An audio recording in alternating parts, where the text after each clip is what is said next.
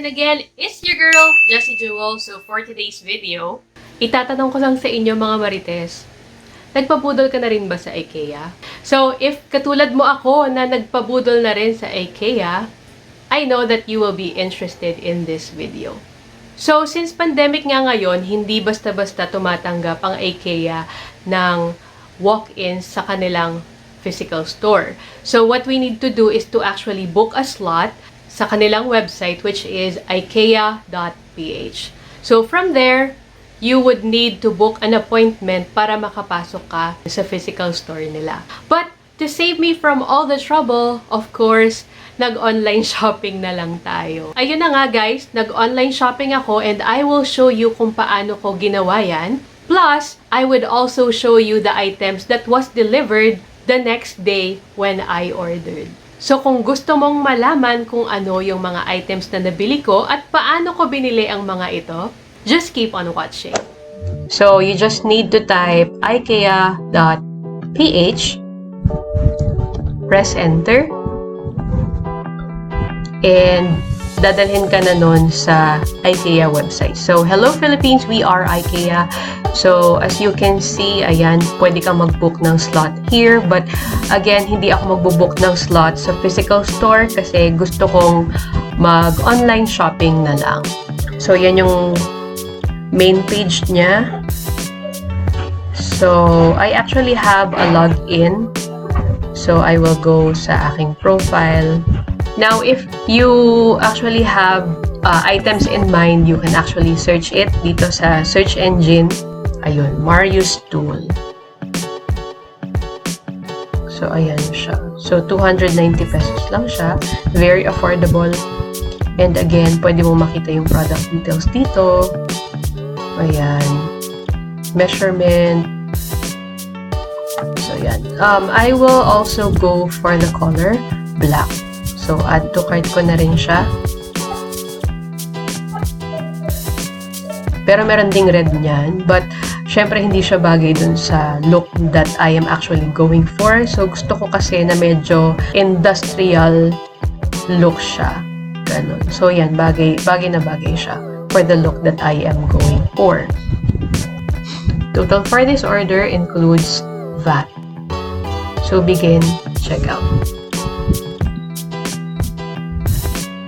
Okay, so next step is lalagay mo yung email mo, first name, phone number. Oh no! So since wala nga yung mga items na gusto ko nung una, I have decided na lang to get the Marius Tool, 2 piraso nun. Kasi naalala ko meron din akong table na pwedeng gamitin doon mismo sa balcony. So, I will just utilize what I have and bibili din ako nitong Hornavan cart kasi gagamitin ko to para dun sa upcoming business ko. Lagayin ko yan ng printer. Kasyang-kasya dyan yung printer ko and also yung mga paper na gagamitin ko to print the waybills. Ayan. So, yan. Ito lang ang nabili ko sa Ikea. Meron din akong actually nakita na magandang shelf para sa plants pero wala dito sa Ikea, nasa ibang store siya actually. So, let's go ahead and proceed with checkout. Ayan, so 1,370. Yan, Marius Tool, black, Hornavan cart. Ayan, so maglalagay lang tayo ng debit card details. 1 eternity later. So kung meron ka ring Ikea family number, ilagay mo rin yan to collect your points. Kasi merong mga benefits yung mga yan eh.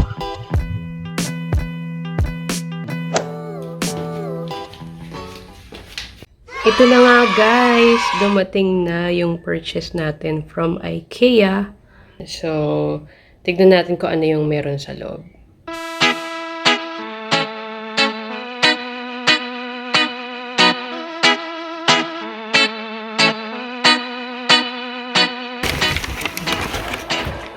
Ayan, ito yung pinaka metal frame or metal brace dun sa baba. Ayan. Ayan yun. Nung ating Marius tool na gagamitin natin para sa aking balcony. And of course, ang ating Cornavan na rack. Gagamitin ko kasi ito para lagay ng aking mga gagamitin for online shop. So, para organize. Saka, nandito na rin yung, ilalagay ko din dito yung printer. Kasyang-kasya siya. So, yun lang. And, mamaya, we will try to assemble all of these. Sa Ikea website, meron silang option to have your furniture pieces delivered na naka-assemble na. Pero, since nag-work ako dati sa furniture shop, meron akong kaunting kaalaman kung paano mag-assemble ng mga small pieces like this. So, ako na lang mag-assemble. Kasi may bayad pa yun eh. Titipid lang. Ayan. So, again, ito yung Marius stool na gagamitin natin para sa aking mini garden dyan sa balcony. So, mukhang lahat naman ng parts na kailangan nandito sa loob.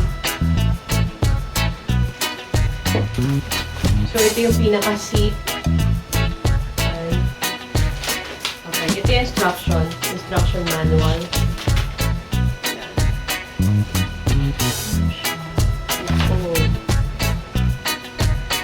Yung mga parts na kailangan para ma-assemble natin yung stool. Okay, so with this one, kailangan mong hanapin kung ano yung mas mataas. So, ito yung ilalagay mo sa ibabaw. Yan. I'll show you. Ito yung nasa ilalim. Ito yung nasa ibabaw. Very naman siya. So, meron gantong 4 na screw. Meron din ganito. Ito yung lalagay natin sa gitna. Yan. So, as I mentioned, ito ilalagay dito. So, ito facing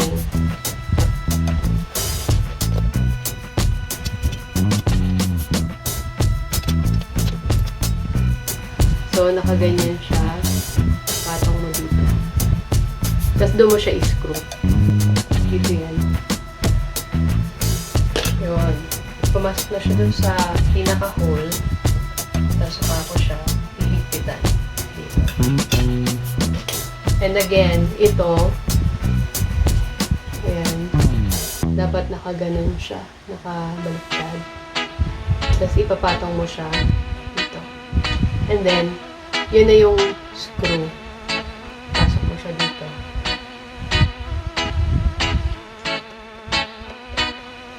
Ayun. Ayan.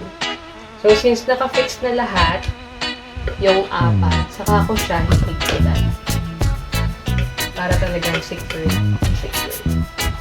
Here you go. Ayan yung stool natin. Diba? Ang maganda pa dito, meron siyang protector sa ilalim. Kasama na siya dun sa pinaka-metal brace. So, protected yung floor mo.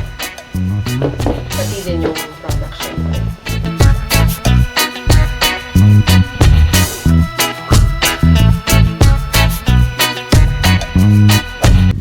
So, next naman na isa-set up natin or i-assemble is this Cornavan cart or rack. Yan. Okay, tanggalin lang natin. Ito yung pinaka-frame niya. Saka, so ito yung pinaka-manual.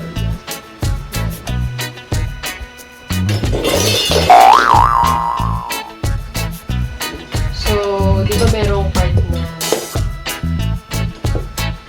ito.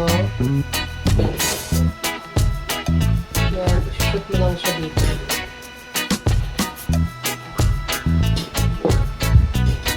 Dapat sabay.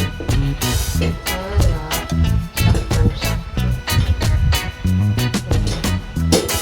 Yan, na-shoot ko na. Yun.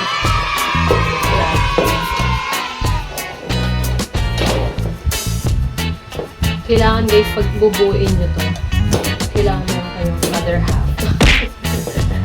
Ako kasi wala akong other half. Sariling sikap.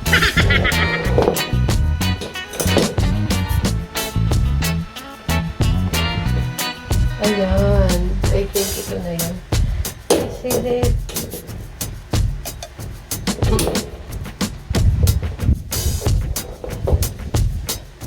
So, may option din para maglagay ng ball caster sa ilalim. So, itutusok mo lang to dito sa ilalim.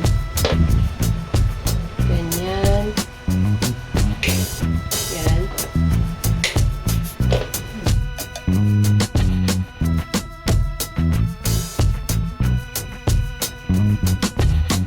So again guys, if you like this video, please give it a thumbs up. Don't forget to subscribe and click the notification bell for more updates on newly uploaded videos. Thank you so much for watching. I'll see you on the next one. Bye!